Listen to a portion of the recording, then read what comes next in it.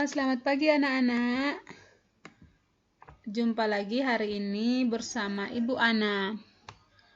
Pembelajaran kita kali ini untuk hari ini adalah pembelajaran ke-6 subtema 2 tema 1 untuk kelas 6.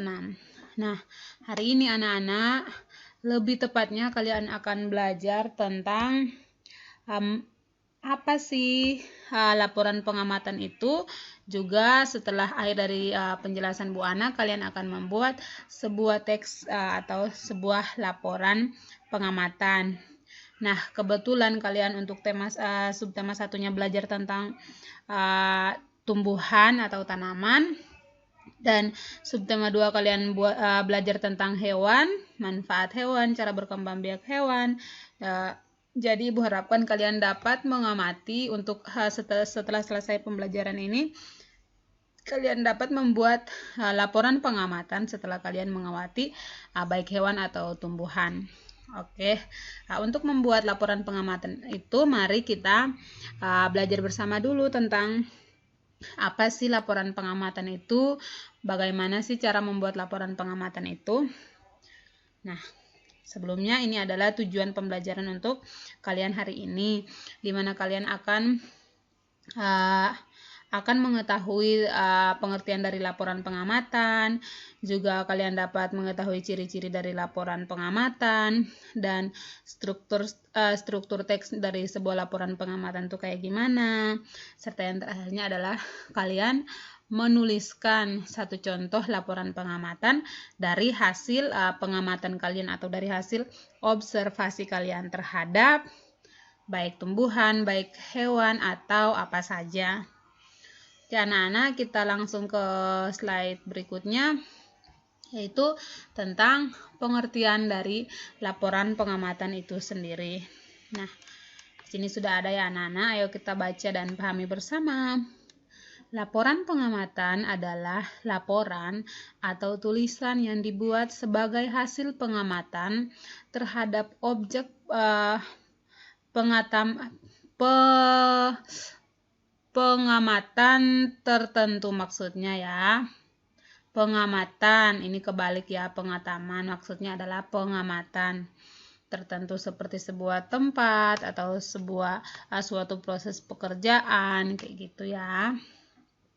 Nah, Ibu ulangi lagi anak-anak, laporan pengamatan adalah laporan atau tulisan yang dibuat sebagai hasil pengamatan terhadap suatu objek pengamatan tertentu seperti tempat, proses pekerjaan, benda, atau tumbuhan, atau hewan, atau apa saja yang kalian amati atau diamati, atau nama lainnya adalah diobservasi. Nah, observasi itu sama dengan pengamatan, seperti itu ya anak-anak.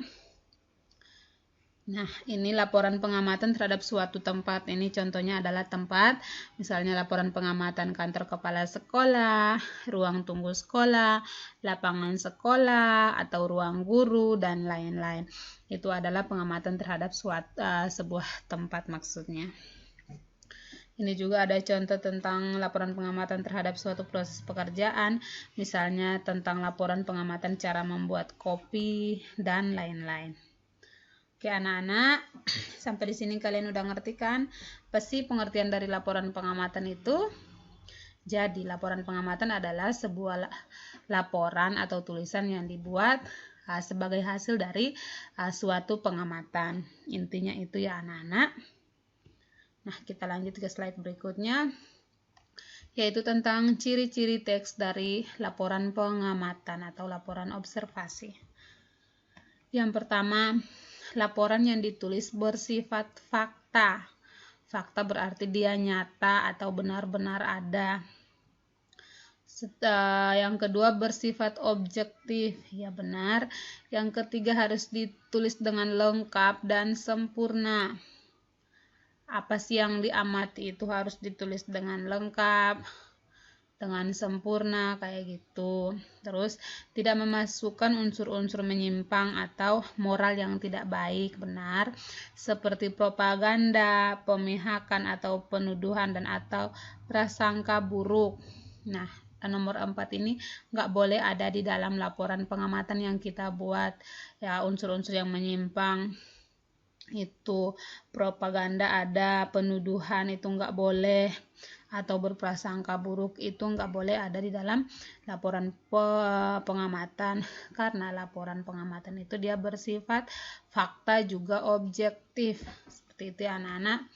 Berikutnya, laporan disajikan secara menarik pembaca, baik dalam hal tata bahasa atau pemilihan kata yang jelas, dan isinya yang berbobot, yang penting, dan susunan teksnya harus logis. Nah, maksudnya adalah laporan yang kalian buat ini memang dia fakta atau nyata, bersifat objektif. Juga kalian harus membuatnya itu disajikan itu dalam bentuk yang diusahakan agar dapat menarik pembaca untuk membaca laporan tersebut. Nah, menarik pembaca itu dia dalam hal tata bahasa atau penggunaan bahasa yang kalian pakai dalam membuat laporan pengamatan. Nah, ini juga ada hal-hal yang dipersiapkan sebelum melakukan pengamatan atau observasi. Yang pertama, apa sih yang akan kalian amati, apa sih yang akan diamati? Ini lebih tepat ke judul ya. Terus yang kedua, waktu pengamatan dimulai dari jam berapa ke jam berapa waktu kalian melakukan pengamatan atau observasi itu. Tempat pengamatan, tempatnya di mana? Di sekolah atau di rumah atau di taman bermain atau di mana, itu adalah tempatnya. Tujuan kalian melakukan pengamatan sesuai dengan judul itu apa sih tujuannya? Itu adalah itu ditambahkan juga maksudnya. Terus hasil pengamatan dari hal yang kalian amati ini, kesimpulannya. Jadi ada 2, 4, 6 poin yang harus kalian persiapkan sebelum melakukan sebuah pengamatan. Kalau bisa dicatat ya anak-anak, soalnya setelah ini ada tugas membuat laporan pengamatan dari Ibu Ana. Nah, berikutnya langkah membuat teks laporan pengamatan. Di sini kita akan mempelajari langkah-langkahnya. Yang pertama, apa yang harus dibuat sampai yang terakhirnya. Yang pertama, menentukan judul teks laporan pengamatan berdasarkan objek yang ingin diamati.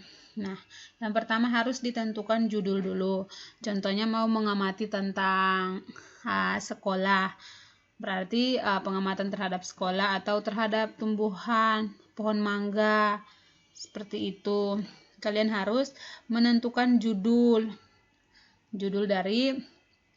atau apa sih yang akan kalian amati. Nah, itu dijadikan sebuah judul.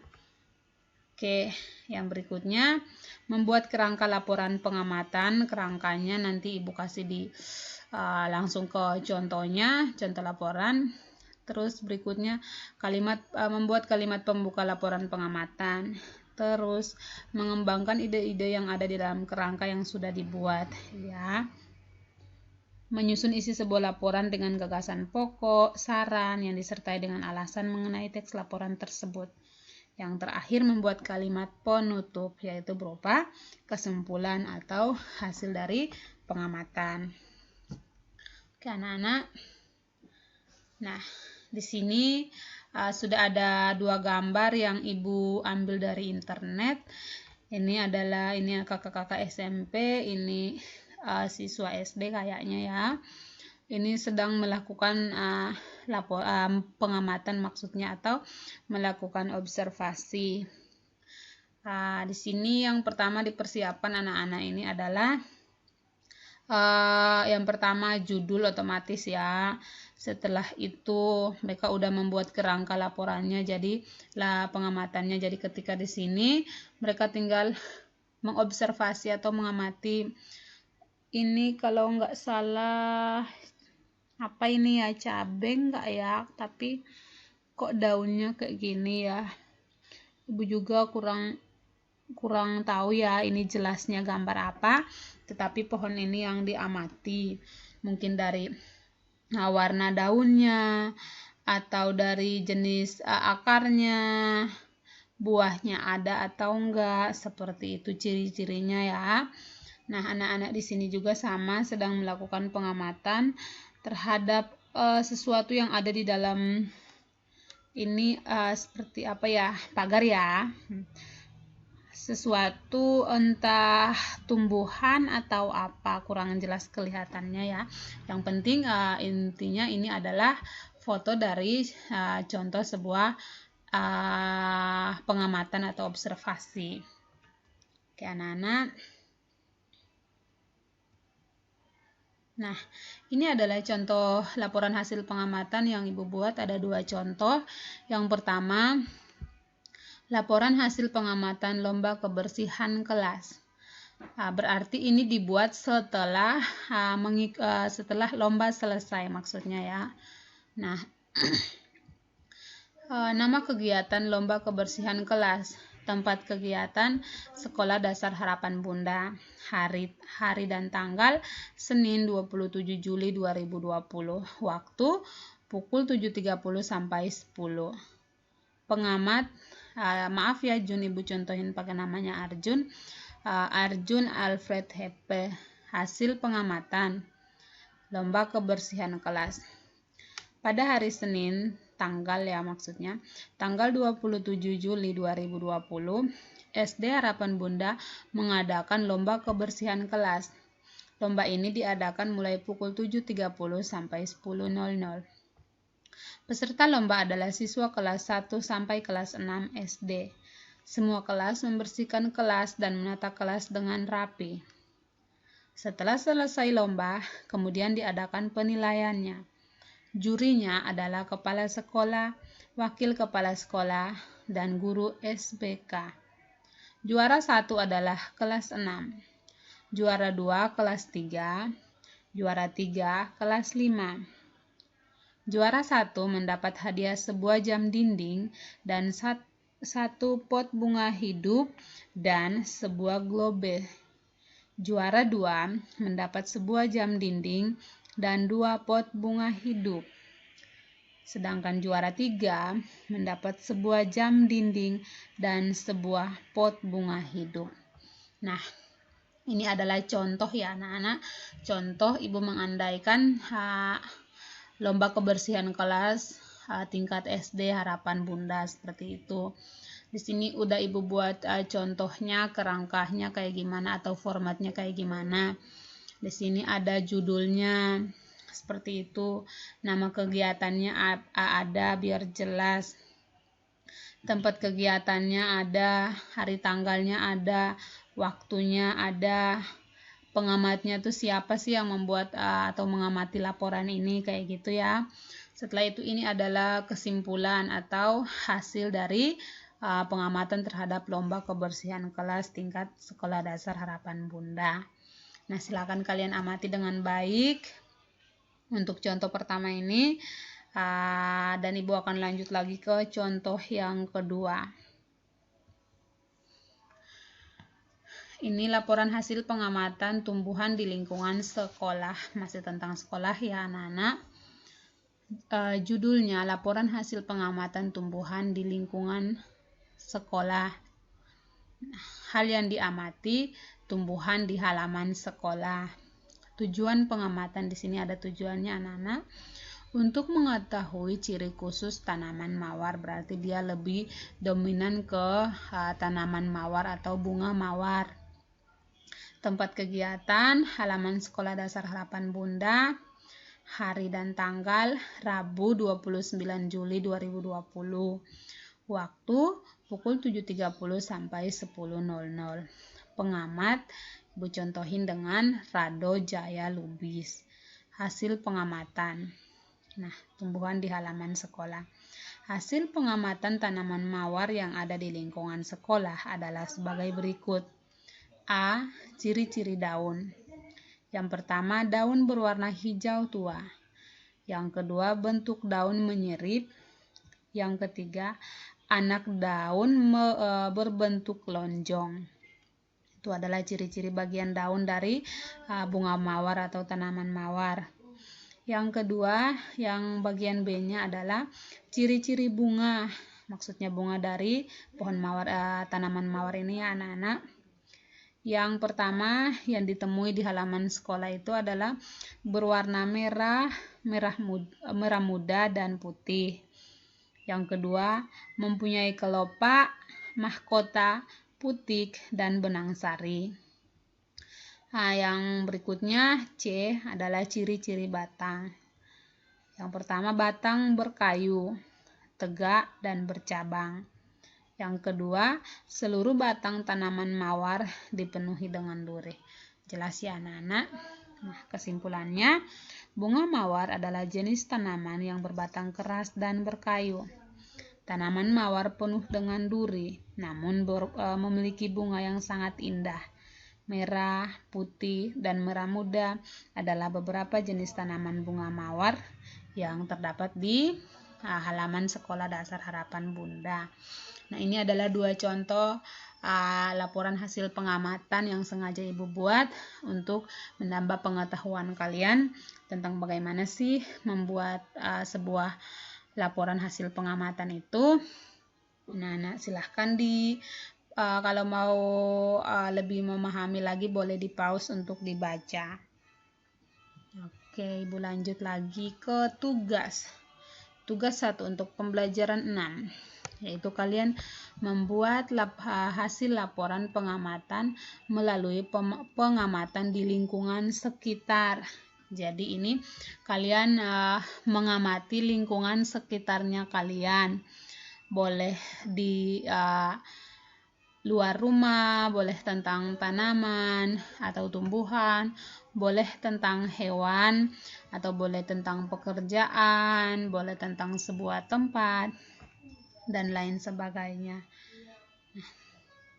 Nah, ini adalah contohnya. Kalian boleh mengamati tanaman atau tumbuhan, boleh juga hewan dan lain-lain. Oke. Nah, yang Ibu butuhkan adalah atau yang harus kalian setor ke Ibu, yang pertama, dokumentasi saat pengamatan.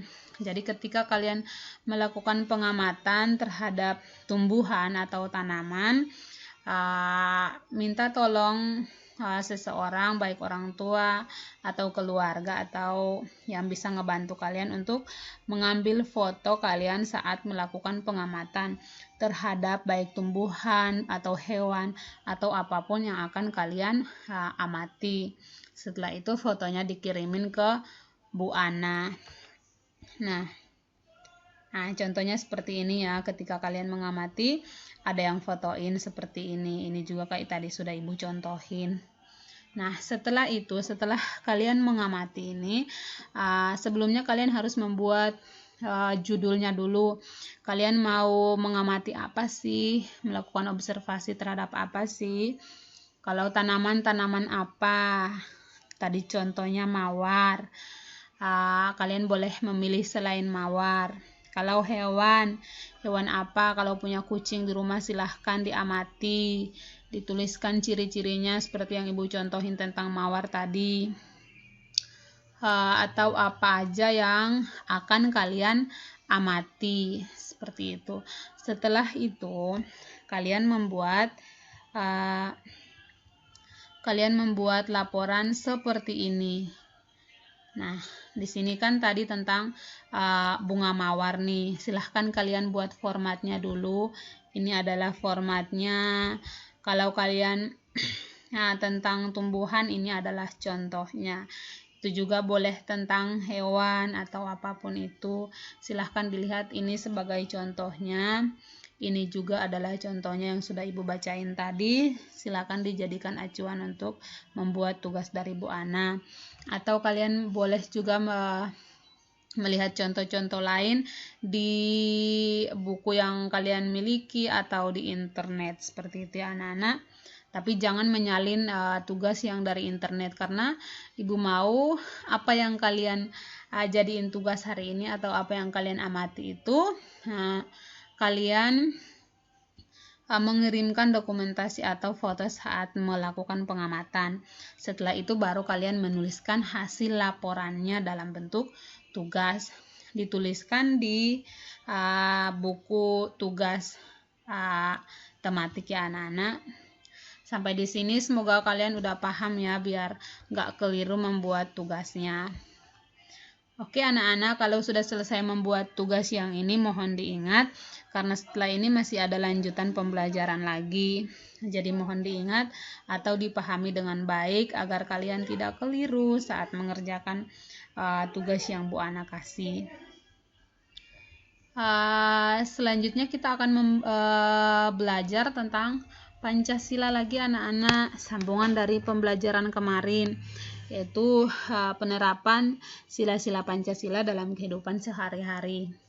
Untuk hari ini kita akan belajar tentang penerapan sila kelima, yaitu keadilan sosial bagi seluruh rakyat Indonesia. Penerapannya dalam kehidupannya tuh kayak gimana sih anak-anak? Nah, kalian sudah maksudnya Ibu memiliki buku siswa tema 1 di rumah ya. Untuk pembelajaran ini atau untuk menambah pemahaman kalian tentang penerapan sila kelima Pancasila ini dalam kehidupan sehari-hari, kalian membaca teks tentang Siti dan teman-temannya yang ada di buku siswa halaman 107 maksudnya ya. Silahkan kalian baca ini dan pahami dengan baik.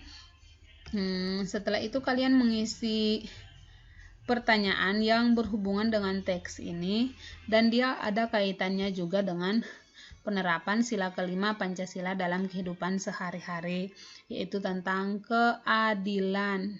Seperti itu ya anak-anak. Silahkan tugas keduanya itu juga kalian buat setelah kalian melakukan pengamatan tadi dan menuliskan hasil dari pengamatan itu. Tugas kedua ini enggak terlalu sulit, kalian hanya membaca teks yang ini aja, setelah itu menjawab sesuai dengan isi teks ini. Dan juga mungkin ada soal-soal yang harus kalian jawab di luar teks ini, tapi Ibu rasa dia nggak terlalu susah ya anak-anak. Oke, ingat halamannya ya tugas keduanya biar nggak keliru. Nah itu aja dari Bu Ana untuk hari ini. Terima kasih sudah disimak dengan baik videonya Ibu. Semoga bermanfaat dan good job untuk kedua tugasnya. Ini adalah sumber yang Ibu pakai untuk membuat PowerPoint hari ini. Terima kasih anak-anak. Selamat pagi.